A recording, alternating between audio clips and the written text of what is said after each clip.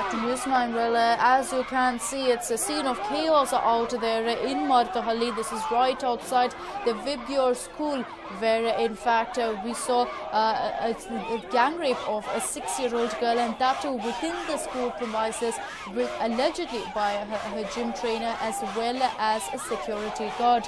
Ever since, we've seen escalated protests as this incident took place way back on July 2nd, came to light on July 14th, and the school tried to hush it up. But the parents came out in huge numbers to protest. They are quite simply demanding that there be some sort of provision to ensure better security for their children.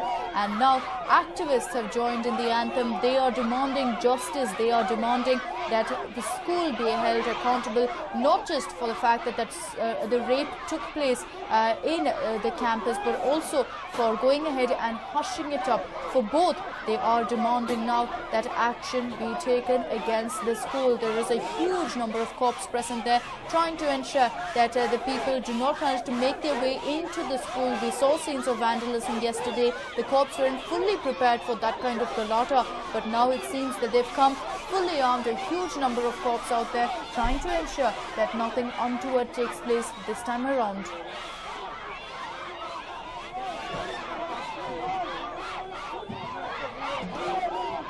We've got another caller joining us now. We've got Pinny joining us from Whitefield. Miss Pinny, go ahead. I'm sure what you're seeing on your screens is shocking you, to say the least. Can a small child be punished like locking in a room, first of all? Hello? Yes, Miss Pinny, go ahead. Yeah, even if that is a system of the school and parents are aware, the main question is how can you leave a small baby alone and go? That's the main culprit is the teacher. Absolutely. Or their irresponsibility is showing it. Right. Miss Penny, what we do know of the incident is that the girl was allegedly taken away for punishment. Then that is happened. This is what the news is coming. Right. Right, Miss Penny, thank you so much for talking to News9 and sharing your views with us. You too can call in, share your anger, your shock, your frustration. Do you feel the city is becoming increasingly unsafe? Go ahead and express your views with us. The numbers are flashing on your screens. This is the kind of anger that is pretty much raging in each one of us. These activists have gone out there and expressed that on our behalf. They are going out and ensuring that they protest, they do whatever it takes for that much of pressure to fall on the government, on the school management, as well as on the police to take the necessary action. And as you can see, these activists have gone ahead and joined hands with the parents. The parents too are trying to make their way between the barricades to get into the school.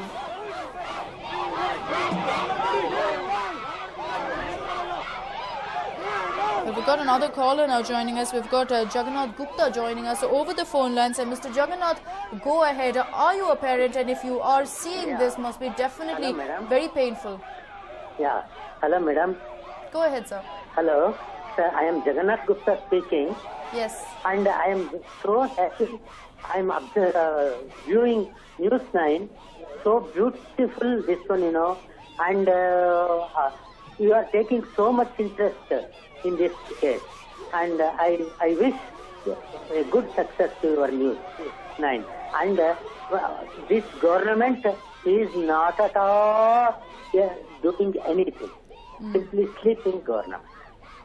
Absolutely. That's a sentiment we all share, Mr. Jagannath. Thank you so much for calling in and sharing your views with us. But of course, we will continue bringing you the latest updates with regards to the story. Meanwhile, let's take you through what's happening in the session.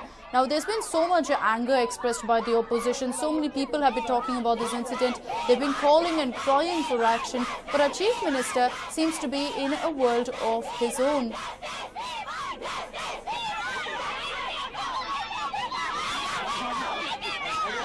While Bengaluru is seething over the gang rape horror, Namma CM is in snooze mode, sleeping during the assembly session. In fact, the entire city is boiling over with rage, and the Chief Minister, someone who is supposed to be responsible for the state of affairs in the state, someone who is supposed to voice what the people feel, is busy going ahead and catching a wink or two, even as the entire city is protesting, is up in arms against this incident.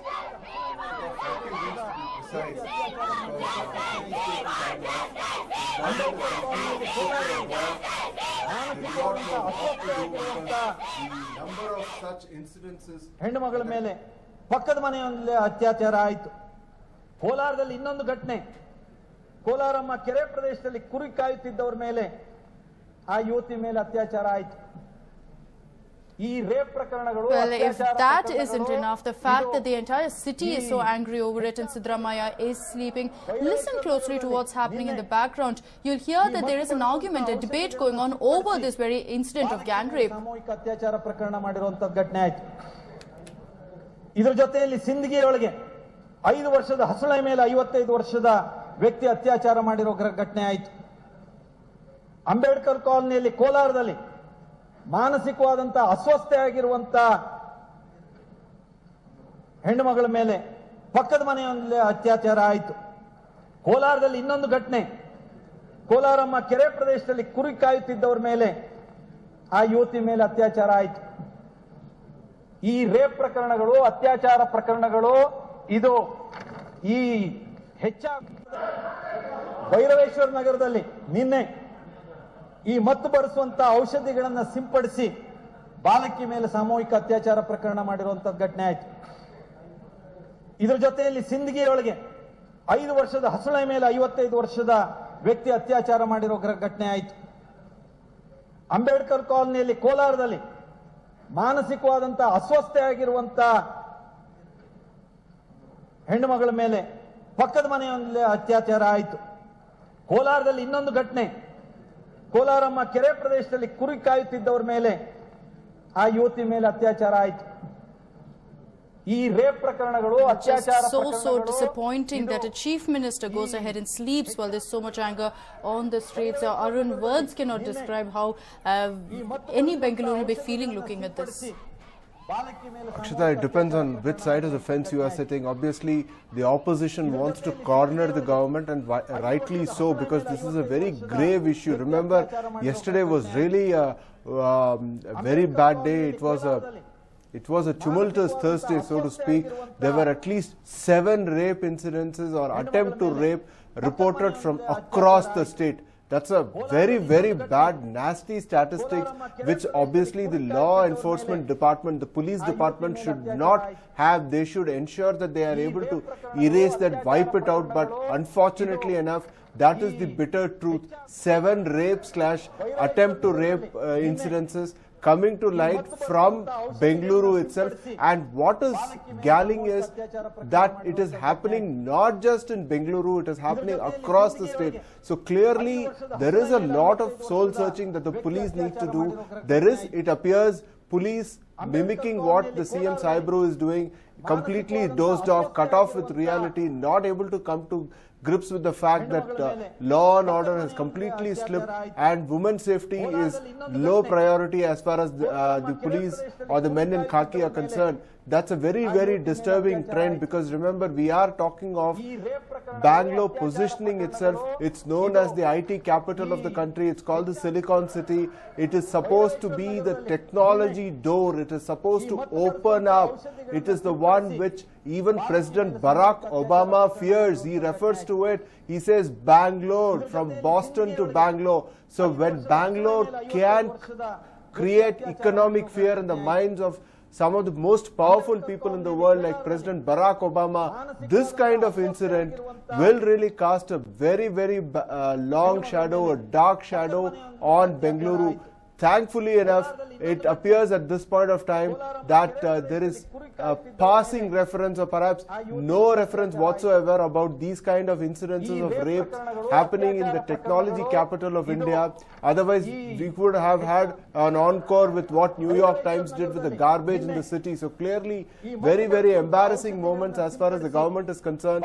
The government is not able to come to grips with this fact. There is a need to urgently review the law and order situation and ensure that they take the offenders to task. It is not simply enough to get them booked and put them behind bars. There has to be some kind of a very strict punishment which is meted out to these rapists to ensure that in future these kind of incidents do not take place. But will the government wake up from its deep slumber? Will it be willing to walk the talk that it's talking of? Will it be willing to take any action remains to be seen, Akshita. Absolutely, but going by what we're looking at, definitely looks like they're not ready to walk the talk. There is actually a debate going on the issue, and that was something that we did appreciate. That looks like our politicians, the ministers, have actually woken up to the issue, to the crisis at hand, that they're discussing this issue. But with the Chief Minister himself dosing, what kind of an example does it set? It's something that an MLA had earlier stated, Ramesh Kumar had stated, that maybe it has to happen to the daughters for them to actually realize. And seems like that with Siddaramaiah actually dosing while there's so much of anger on the streets. In fact, this is, if you were to use a very offensive term, this is nice fodder for the opposition to corner the government.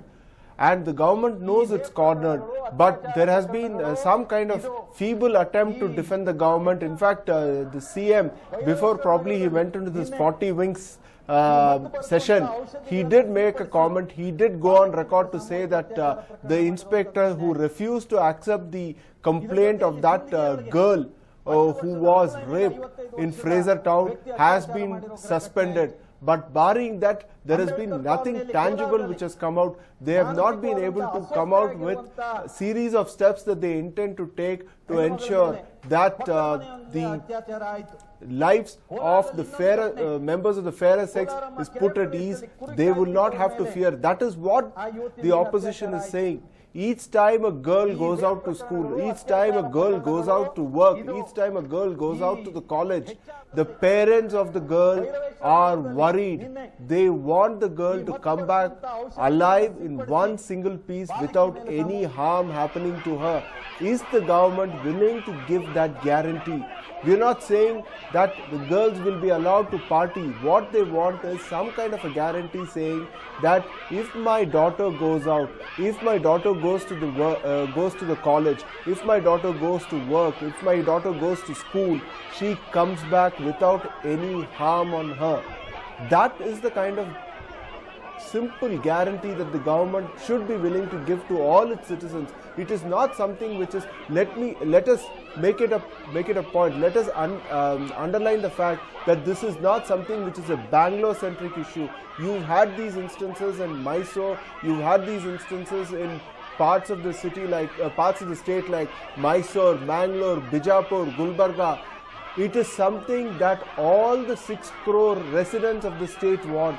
They want women, be it their daughter, be it their wives, whoever be it. Because remember, there have been instances in the past where even elderly women have been, there have been attempts to rape on elderly women. So it appears a case of a very, very, very diseased mind or minds in society.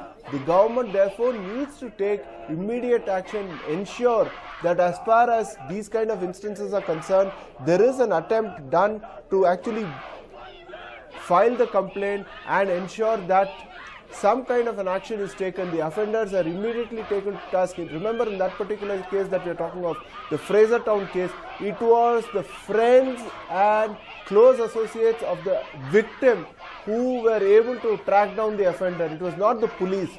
So when the situation comes to a level where the victim and the victim's associates or relatives or friends have to take action, that perhaps reflects very badly on the law enforcement apparatus that is in existence as far as the state is concerned, Akshita. Absolutely, Arun. Interestingly, in this particular case alone, with regards to the school management, we've seen the parents come up in arms. We've seen activists now joining. An interesting question that one of the callers also posed yesterday: what is the education department doing? Where are they?